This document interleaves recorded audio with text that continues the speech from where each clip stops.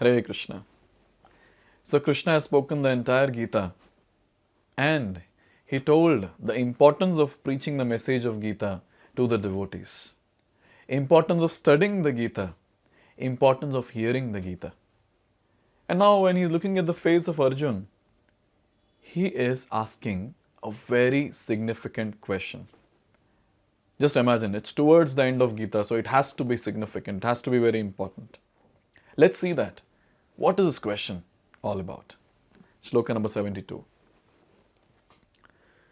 Kachid etat shrutam partha tvaya ekagrena chetasa kachid ajnana sammohaha pranashtaste dhananjaya. So here Krishna is saying, Partha, O Dhananjaya, O conqueror of wealth, Kachid etat shrutam tvaya ekagrena chetasa. Have you heard this, whatever Krishna has spoken, with an attentive mind? Ekagrena chetasa, with an attentive mind. And then another question he is asking. Kachid ajnana sammohaha, and then sammohaha pranashtasaha. Pranashtaha. Now this is a very important thing that he is asking. He is saying that, and are your ajnana, that is ignorance, and sammoha, that is delusion or illusion, pranashtas, that is dispelled. Is it dispelled or not? Is your ignorance and illusion dispelled? Now this is a nice question. Now Krishna is asking these two things because he has a very important role to play in Arjuna's life. Let's go deeper and try to understand what is that role and why is he asking these questions. That too towards the end of Gita.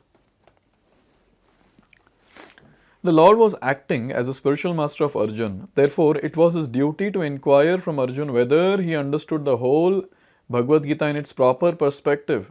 If not, the Lord was ready to re-explain any point or the whole Bhagavad-gita if so required. Did you hear that? So important. So here, Krishna is acting as a spiritual master of Arjun. And it's the duty of the spiritual master to make sure that the disciple understands the truth of life. And here, Krishna has spoken so clearly. And Arjuna also is a great student. He is a great personality. But then why is this question posted now towards the end of Gita? Have you understood? He could have asked in between also. But then he's asking towards the end, which actually goes on to say that our Lord Shri Krishna, was ready to re-explain any point to Arjuna. Say Arjuna is saying that, can you please explain me what you spoke in 3rd chapter? Can you please explain what you spoke in 5th chapter? Jnana Yoga, that aspect was not clear. Ashtanga Yoga, why is supposed to sit on the Kushagras only? So Krishna is ready to answer any question. So he's asking this, that did you hear it attentively? And is your ignorance and delusion gone? And now, not just any part of Bhagavad-gita. Krishna was ready to explain entire Bhagavad-gita to Arjun if Arjun is saying, can you please repeat? The battle is about to start. Can you imagine the nature of the Lord here, or the mood of the Lord? Calm and composed.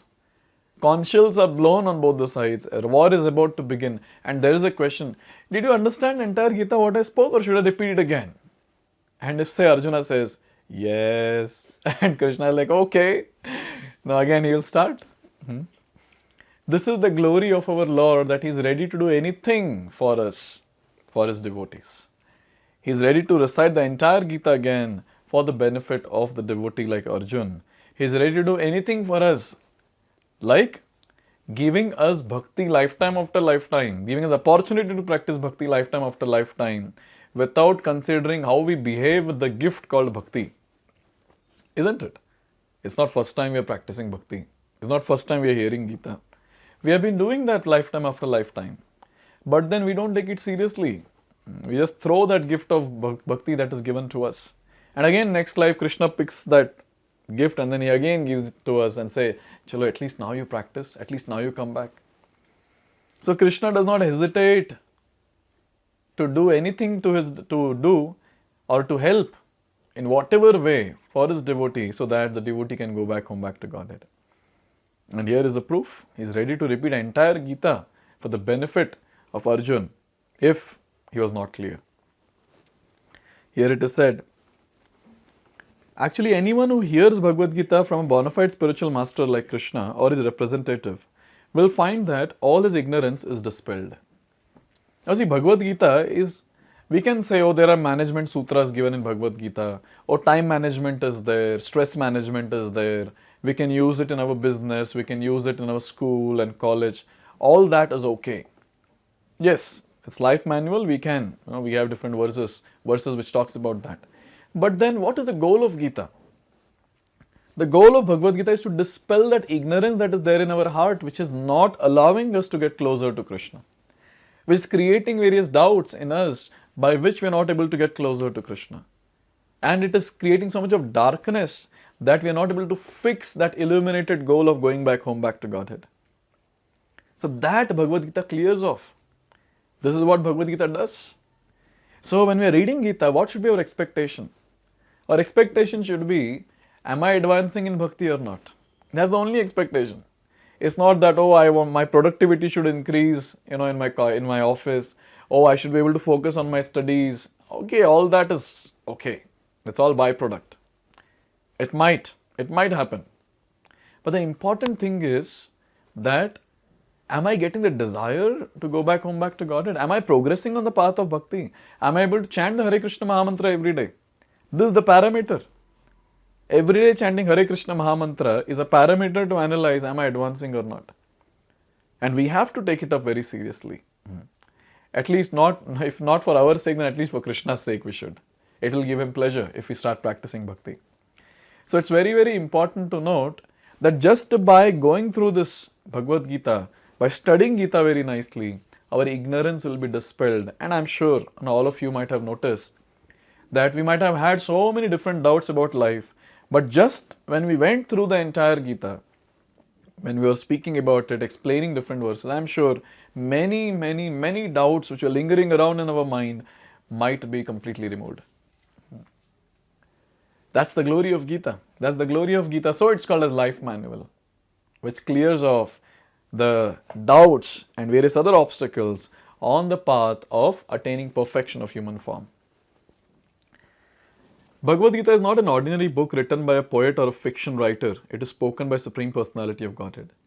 Any person fortunate enough to hear these teachings from Krishna or from his bona fide spiritual representative is sure to become a liberated person and get out of darkness of ignorance. So this should be very clear. Bhagavad Gita is not any other novel.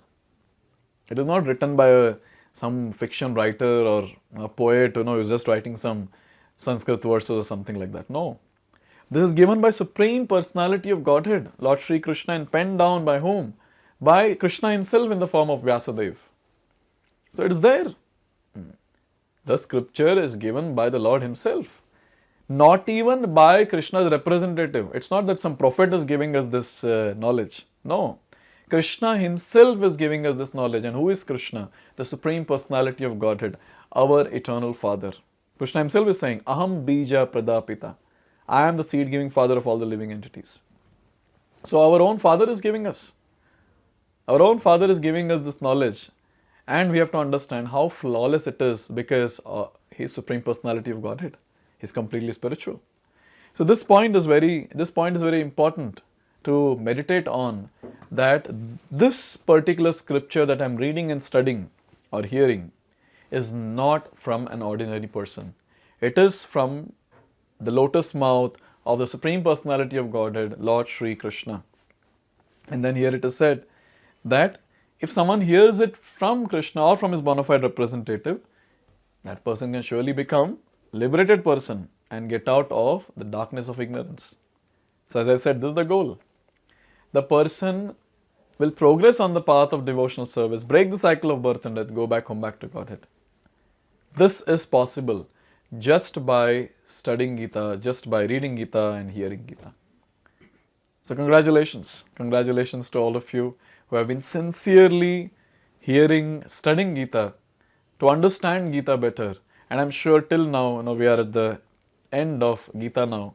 I'm sure we all might have had or got this desire to go back home, back to Godhead, to Lord Sri Krishna and serve Him, to advance in spiritual life, to take the consciousness to another level, and more importantly, help others to go back home, back to Godhead.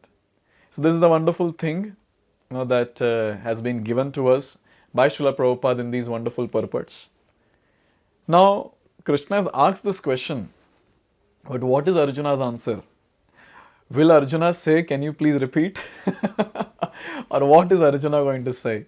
So let's hear from Arjuna in the next video. Hare Krishna. Hare Krishna, Krishna